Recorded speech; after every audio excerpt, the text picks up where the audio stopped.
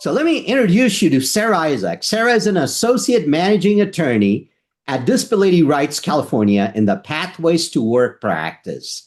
Her statewide team helps Department of Rehab clients understand their rights and access the services they need to reach their employment goals. Her practice group assists people receiving SSI and SSDI in navigating barriers to employment. Sarah has devoted more than 20 years to disability and civil rights law and systemic advocacy. She is proud to work in coalition with communities to uplift voices of people too often left out of the decision that shaped their lives.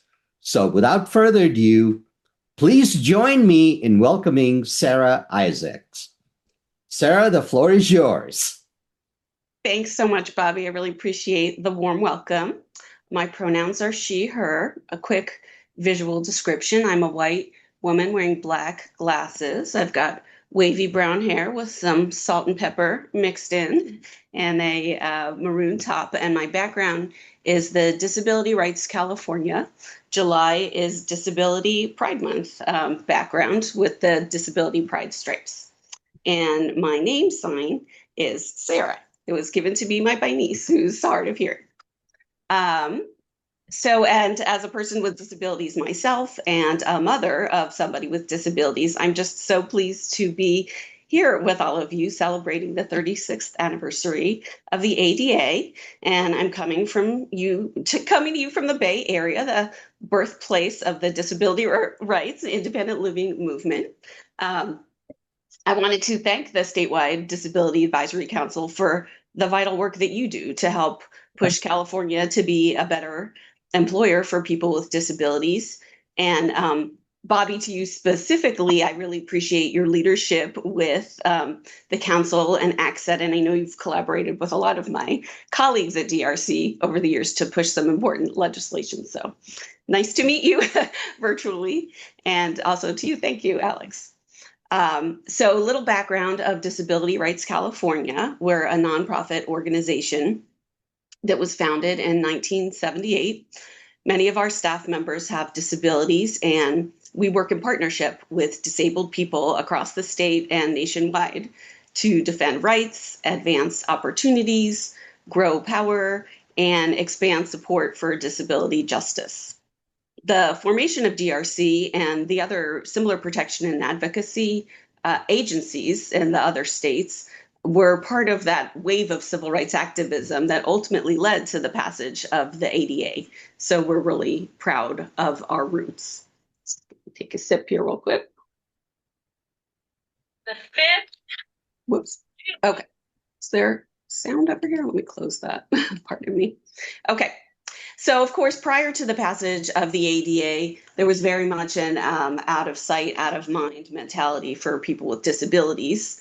There were laws that excluded us from public view and even fined people for violations of that. There was no access on transit, no protections at work. We're basically treated as helpless and left out of all aspects of daily life.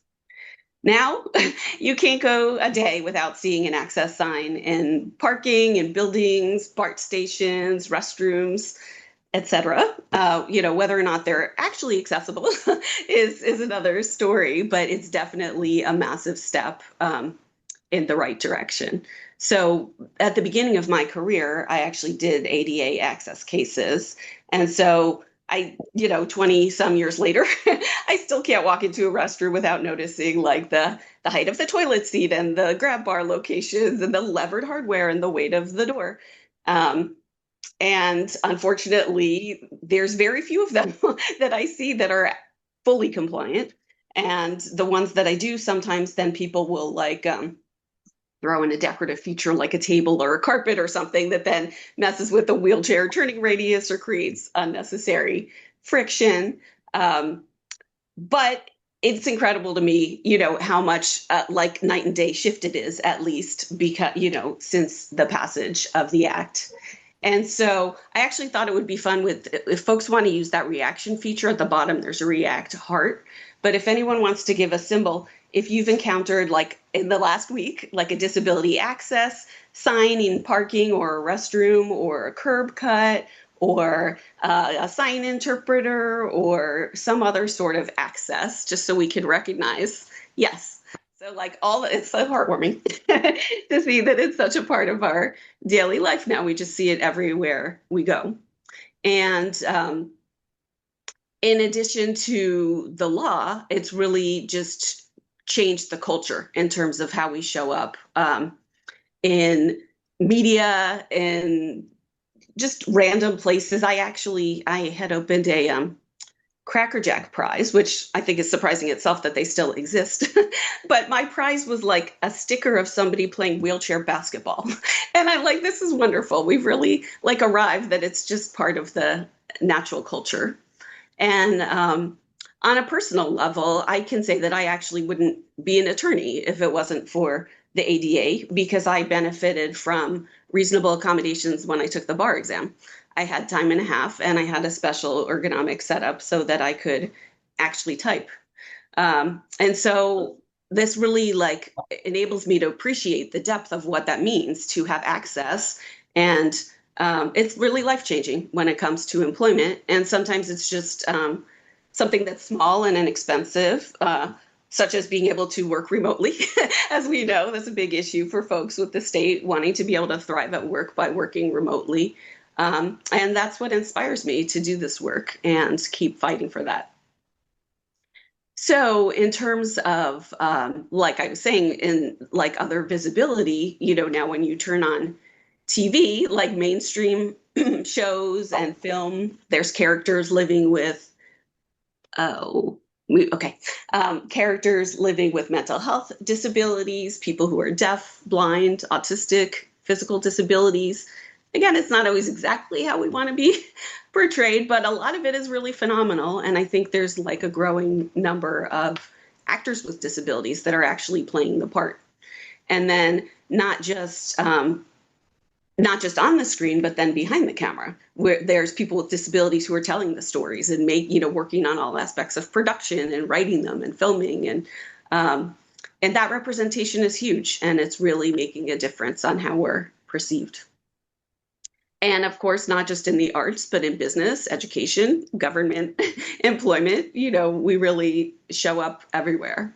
That said, in California, the unemployment rate in general is 5.3%, but for people with disabilities right now, it's 10.9%. So that's more than double. And we've unfortunately been disappointed to see that getting worse during the current governorship, and we're hopeful that in the next round, that might look a little different and continue to work in partnership with ACSED and the Disability Advisory Committee to see that through. In the meantime, though, it's super heartening to see the new generation of disability rights activists, like youth who have come up, after the passage of the ADA, who have always had access. And, we have to fight for it sometimes with the accommodations at school, but there's Disability Pride Club at my daughter's high school. There's, disabled authors that have inspiring reading. There's like the California Youth Leadership Forum. And then online, there's like amazing content creators that just live their truth online and normalize our experience and, just have really helped to develop that sense of pride.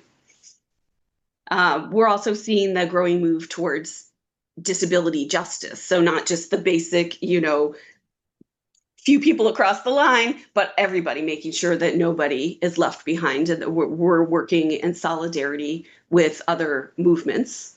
For example, I think we all know that since day one of the current presidential administration, there's been significant attacks, on many communities, but for example, in the transgender community, there was, most recently, actually, have an exciting update, which there was Health and Human Services had proposed a ruling that would basically say that any hospitals that were providing gender affirming care for transgender folks would stop receiving funding for Medicare or Medicaid, which is so scandalous and pits the community against one another and really cuts out people with disabilities.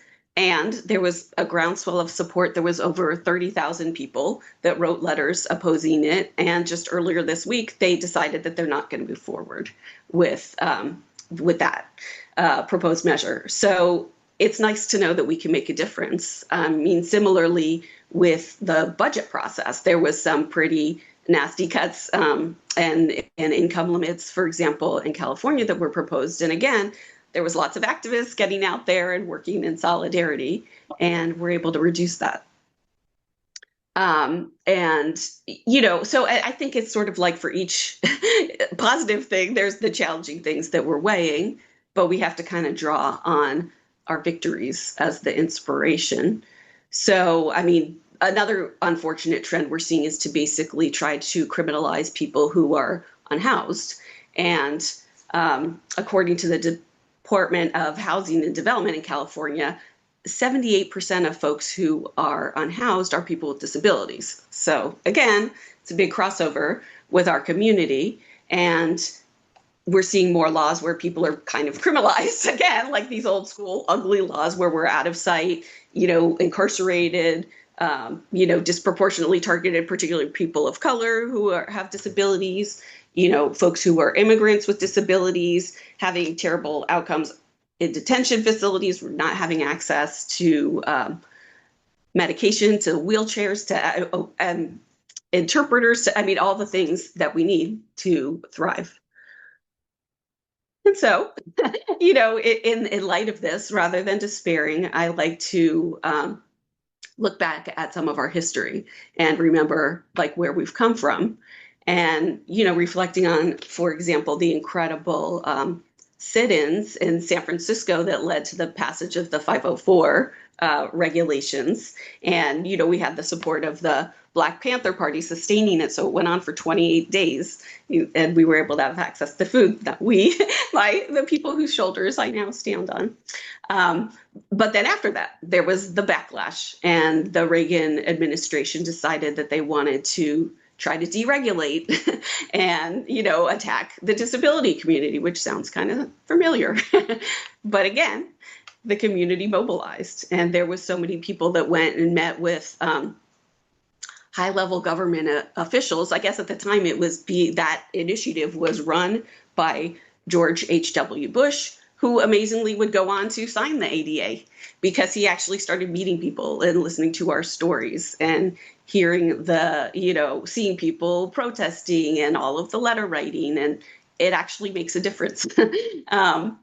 And so that really gives me hope to going forward about what's to come next.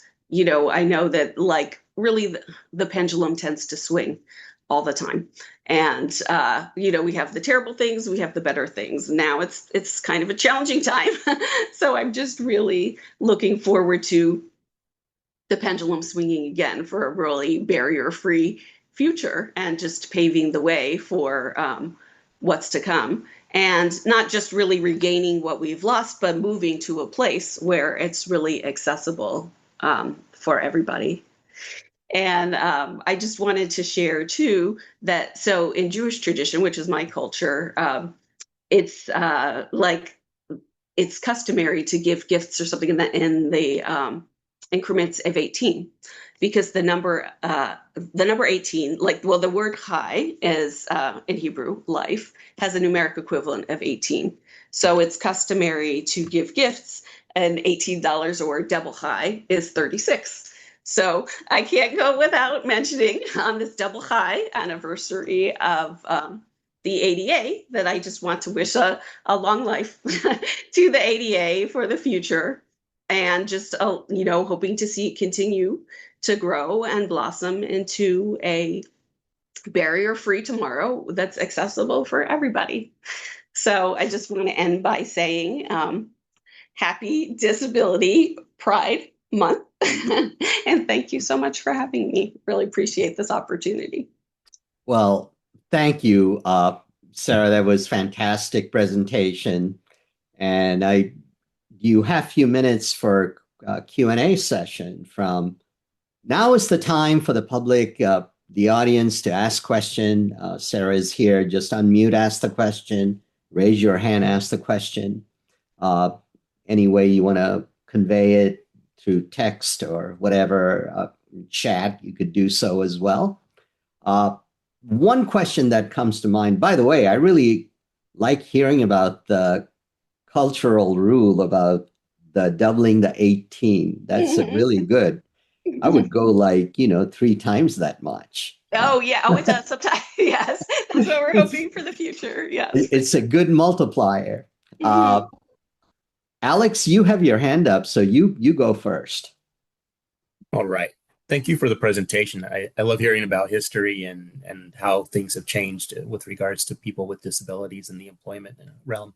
So you mentioned that unemployment is roughly 5% for people without disabilities, and people with disabilities, it's a little bit over 10%. And the disability data you mentioned is getting worse. That's something I'm noticing as well. It's trending in that direction. So perhaps it's due to policies, culture, or otherwise, and maybe a mix of other factors. And so I'm wondering if you have any thoughts you can share with regards to maybe some specifics as to why.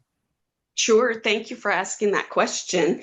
I think it's a range of things. I mean, one of the things, like I said, I touched on, with things like access to work from home policies. During the pandemic, there were so many more people with disabilities who were actually able to access employment in incredible ways, through remote working. And now there's the return to work policies that are, should be taking into account reasonable accommodations. And for some people, that's really not a good fit.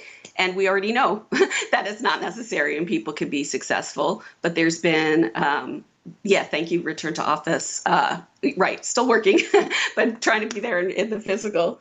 And I understand there's a huge backlog of requests for reasonable accommodations and delays in processing them.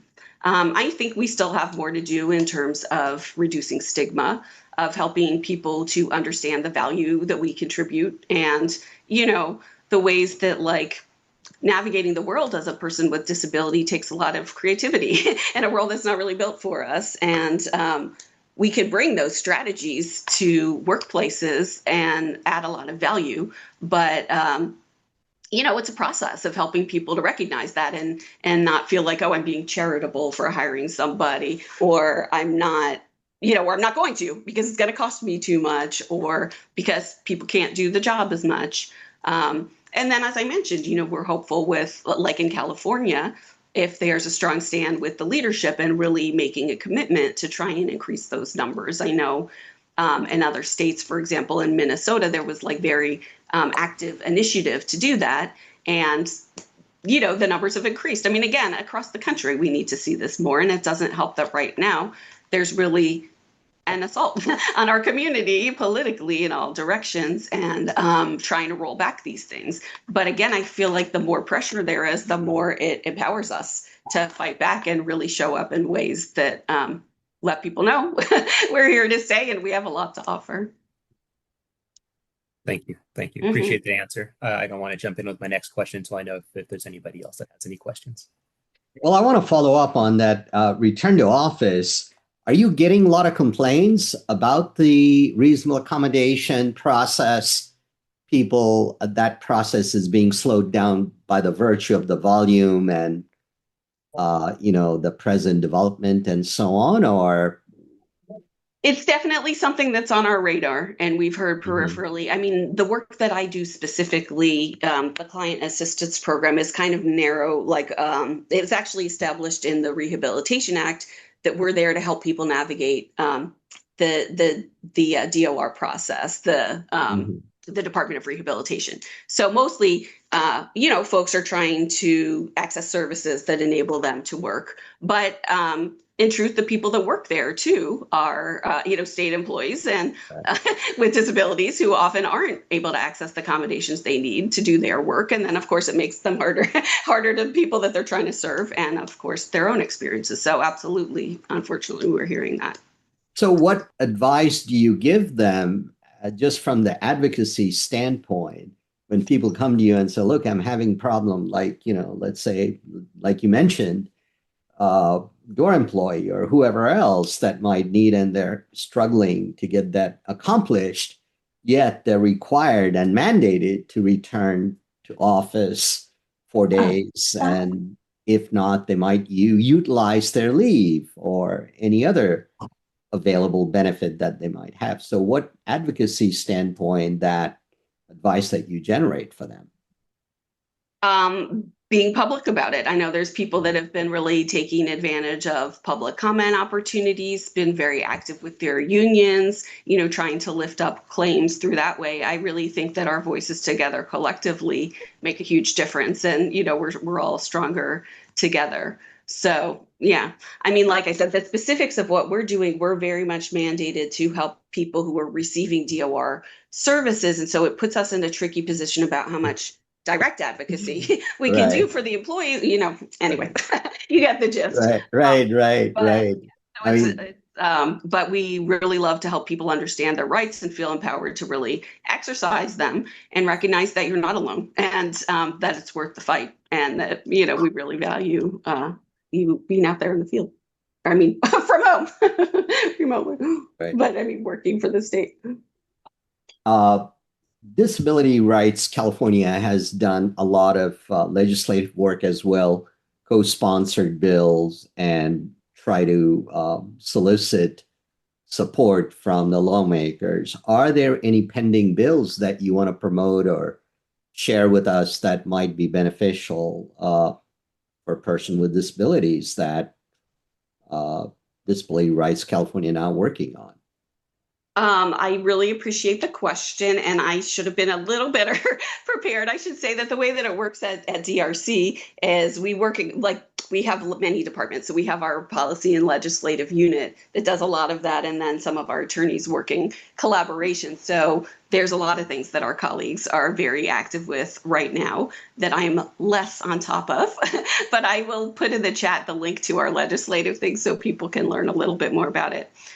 But yes, I thank you for that opportunity to lift it up, and there's definitely a lot to be done right now.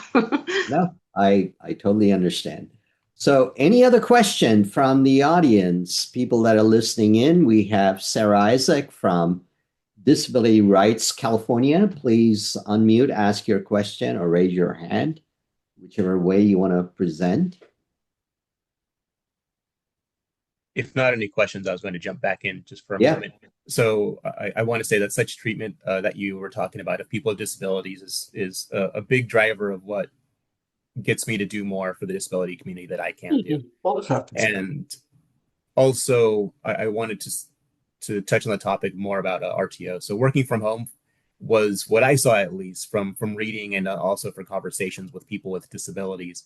It was a huge plus in getting people with disabilities into the workforce that traditionally was set up for people, even some people with disabilities that could work in traditional office environment, although was not an environment that people with specific disabilities could work in.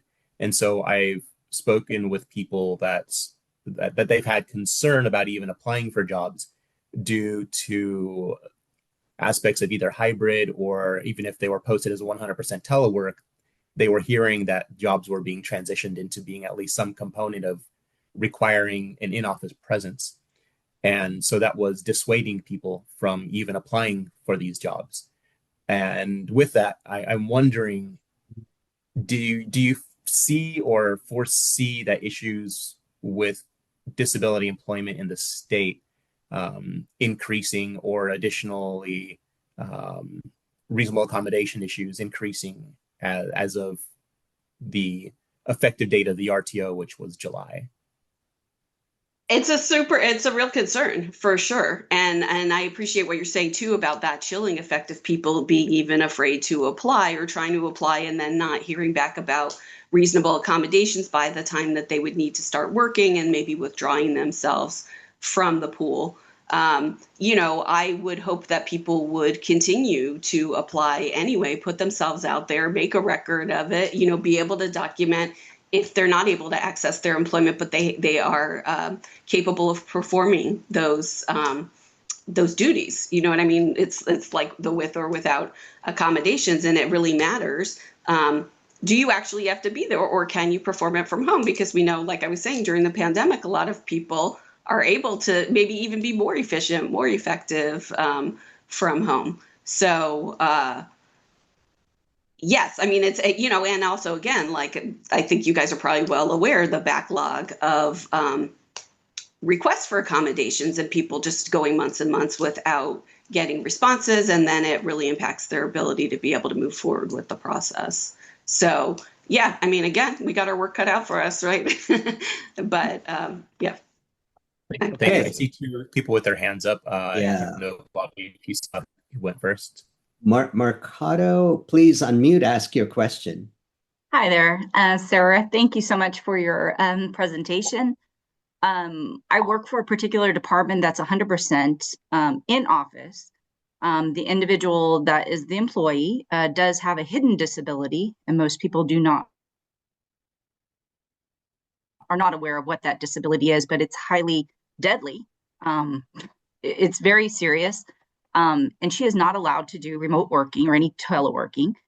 She is new to the state, and because of this, she does not have time accumulated and takes off a huge amount of time, which now puts her in dock, which forces us to kind of go to that process of not at work enough. And that causes a very hard friction. I don't know if you have any recommendations, but you are well versed in the disability rights and things of that nature. So if you have any comments on that, on good avenues that we can kind of explore, because we're at the point of now doing more of fitness for duty because the hours are far under what we need for the 88 per each month. So now she's in dock and accounts receivable. It just is a snowball effect. So I'd like to hear your comments on that, because it is a very unique situation. I would say we have about 7 people in our office with disabilities, and we are very accommodating to the reasonable accommodation path. I served as an EEO counselor, investigator, all that kind of avenue, and very much an advocate of ADA and making sure, like you said, are the doors proper, and it kind of puts you in a different scope. But it is a very unique situation I've never even seen or heard of before. It basically changed the whole campus and how we operate. Thanks for that question. I appreciate it. And if I'm understanding correctly, this is somebody that you're supervising. And I think that's huge if you're supporting the person, right? I mean, there's I'm not a government worker, so I don't know the intricacies of some of what you guys are navigating. But my sense is that if you're the lone person trying to advocate for the accommodations yourself, it's harder to be the squeaky wheel. But if you're a supervisor who says this worker is very valuable to me, I think that they do excellent work and I want to be able to keep them on my team. And I believe that they can do their duties and perform them, remotely. And I just need the permission to, sign off on this accommodation and help kind of grease the skids, so to say. And I think that, but perhaps as a supervisor, again, you can really help uplift that and support the importance for your team. That's, like I said, again, I'm not part of the actual process, so I don't know the reality of that, but that's from an outside perspective, that's absolutely what I would recommend, and similar to things that I've done as a supervisor, to help people navigate to get accommodations they need. Great. Thank you. Thank you for that comprehensive response. We'll go to Mr. McGowan. Please unmute, ask your question.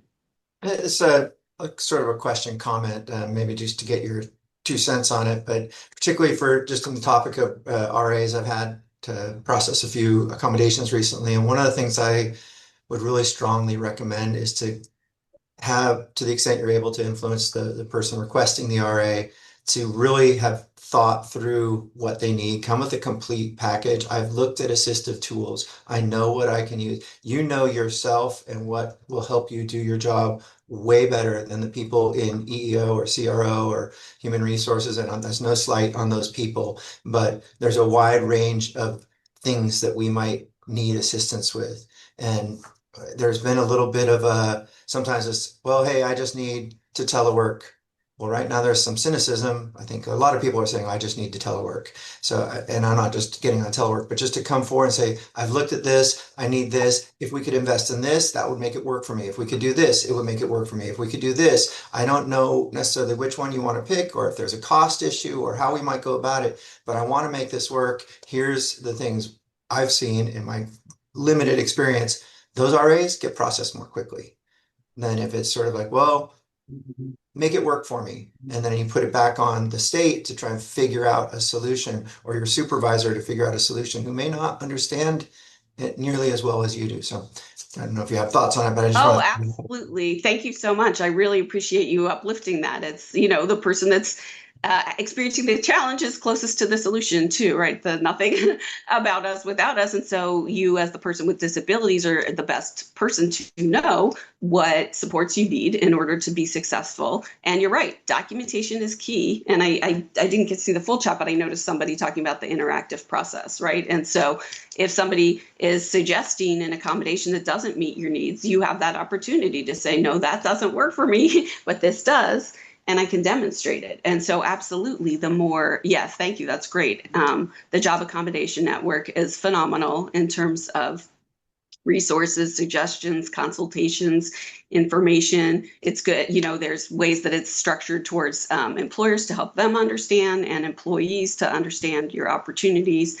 But I totally agree that documentation is key. Get the supports to show what, like you said, what you've tried, what didn't work, what does work. Have maybe a recommendation from a supervisor to say, endorse, yes, you are capable of doing it with this. Maybe have something from a doctor to say, this is what I need. And it reminds me too of what you were saying. I think that there's some cynicism or questioning, like, are people just doing this because they don't feel like coming into the office, versus people that really, this is the only way that they're able to work. And it's similar to like service animals. There's some people that are enjoy having pets, and that's not the same thing, right? And then there's actual service animals that people require, and they're entitled to access as the result of that. I mean, that's actually even more complicated because of the what is or isn't required, and there's rules now, or questioning how HUD wants to interpret that. And I won't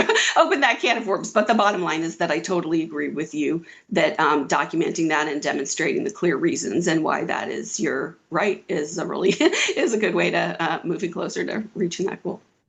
Thank you so much. That was an excellent question. Oftentimes, RAs navigating the process gets, one thing gets lost is that if I'm looking to get reasonable accommodation, I need to really educate myself about the process and making sure to be successful that I'm following that process and not just telling people, hey, I need to work from home. Well, what for? What's the basis? You got to provide all those details. So thank you for asking that questions. And for the rest of the audience, we are having, we'll have an expert from Civil Rights Department who can speak about all this. So stay on and ask that question again, and we'll get a different perspective on that point of view. Any other questions for Sarah Isaac? I see that someone in the chat, Sarah, you said you're trying to raise your hand. If you want to go ahead and unmute. Oh. Hi, can you hear me? Yeah, yes. We can hear you. Go ahead, Sarah. Hi, I'm not sure what you guys want to hear me on, but so my name's Sarah Grand. I'm an attorney. I was with DHCS for many, many years. I was actually a gubernatorial appointee, right? And here's the problem is that if you're the individual with the disability, if you're the lawyer in the department, right, and your team is actually one that is advising the OCR, that is within your department, I think there's a big problem when you can articulate the disability you need and the department says in no uncertain terms they're unwilling to provide you the accommodation. And I was represented by case against department, and I see, Eileen, you're on here too, but I'm not trying to it's extremely challenging because I am now representing myself in the third CA, and I just was about to make a whole bunch of filings, and I'm like in tears because I see the order come in as I'm trying to do that. And I'm trying to do that in 2 different cases and 3 different cases. And the problem is I have the wrong kind of, I'm the wrong kind of disabled. Okay. I'm disabled. I don't look disabled. And to be able to receive an accommodation, but then if I do receive an accommodation, I don't fit anywhere, right? Cannot meet the timeline stated. That's a huge problem, and I don't really know how to go from like interactive process that provides like the theatrical compliance or the solid of compliance, right? To the actual meaningful compliance, because you can say it, you can name it, I can articulate it. And the only reason I can articulate it is because I spent 11 years with DRC, working with DRC, and I'm on the website and whatnot, and I'm on the DOR website too. And I think, good gosh, what more must I do? Right. And that is the realization that I'm trying to get into, because we can talk. And I can say this just from my office, is that the concern? Is that if we let people tell them, like, will it work? Will they really show it? Will they not? And surprise, they already did. We all did. And when we were permitted to do it, and I think that's the issue. It's like the genuine digging in. And I would really like to see how that's going to be addressed and how we are going to address that, because it doesn't matter what DAC you have at what department, but by the time you can articulate the real issue, the issue makes people so uncomfortable that we just can't think about it. Well, thank you for that question. And I'm really sorry that you're experiencing those challenges. And it sounds like a lot to navigate. Of course, I can't give you individualized legal advice, but I think, I'm really glad that you're participating in this collective process and hopefully can try and get support from a union. Even though you're an attorney and you're well-versed in the law, it's hard to self-advocate. We can really advocate for others a lot easier than we can advocate for ourselves. Just like a doctor, you're not going to operate on yourself. And so, I think it's definitely worth consulting with an attorney or consulting with your union, or, but knowing that you have colleagues that are supportive and that understand. And, again, I can't comment on your individualized situation, but I appreciate that you're participating in this forum and that you're, going through the steps. And I really hope that that works out favorably for you. Well, thank you, Sarah, for that question. And we appreciate that. One more, I'm sorry. It's a direct question. Don't worry. It is how do we address accommodations that no longer can they appear novel but unfamiliarity with an accommodation that is not the reason for denying an accommodation, right? You see what I'm saying? Sarah, again, we'll have other guests. You can speakers. You can post that question more succinctly. It seems like there's a unique scenario that you like to discuss, and I welcome you. So stay on. Are there any other questions for this particular presenter?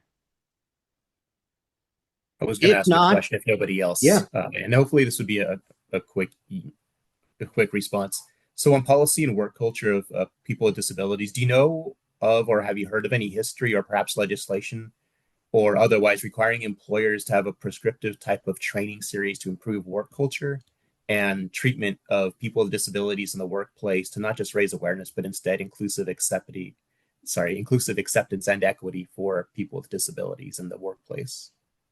Well, the thing that comes to mind when you say that, I actually, I had a client through, the client assistance program, a person with disabilities who wanted to be self-employed, and he had a vision for creating like a learning system to help with employers to support disability inclusion, not just knowledge of the bare minimums of the law, but how do you show up, for employees, and then it helps with your customer base too, if it's a company. So, and I don't mind saying his name because he was on one of our reports, but his company is called Helix Opportunity. And now he's consulting for some Fortune 500 companies and Fortune 100 companies about disability inclusion. He has like a whole learning module, and employees of some of these companies have to participate in the module to interact with it, to show that they've gone through it. And again, it's not just the bare minimum of the law, but really understanding the culture and promoting inclusion. And it was such an exciting success story as a person with disabilities getting services from the department. So, I mean, that, that's a choice that certain employers make. And I feel like, there's a lot that's been done to sort of publicly praise companies that are taking that approach. I mean, unfortunately, again, there's been some backlash lately, but, having lists of like celebrating the people that are doing it right. And then it's that positive peer pressure to encourage companies to do it in that way. I think per department here within the state, there's different agencies and different approaches to training, but I fully agree with you that it shouldn't just be the letter of the law, but really helping to promote true inclusion and understanding. Thank you. I appreciate the response. And I see perhaps maybe, Bobby, this could be the last question if there's no others. No, I have no other question. I'm just waiting to thank her for all this wonderful presentation. Okay. One last question that I saw in the chat. And it asked, what kind of collaboration does the DRC have with SEIU 1000 to ensure that issues impacting employees with disabilities are included in our contracts? If there is any. Right. So that's a union and their advocacy group doing work. Are there any relationship or? I wouldn't say like a specific partnership per se, but definitely, yeah. You brought up legislation, and there's lots of times where there's bills where, our goals are aligned, or we'll reach out and get their input before we decide what kind of position to take on things and how we can uplift it. But again, I think that we're stronger together, and collective bargaining is wonderful, and, working in partnership to better understand what's going on is something that we definitely value. So. Great. Well, thank you again, Sarah. Fantastic presentation. Please come back anytime and present here in SDAC again. I appreciate it so much. I will hang out. I'll go off camera, but listen to my co-presenters and links in the chat for them. So you're welcome to stay on. Thanks. Okay, thanks.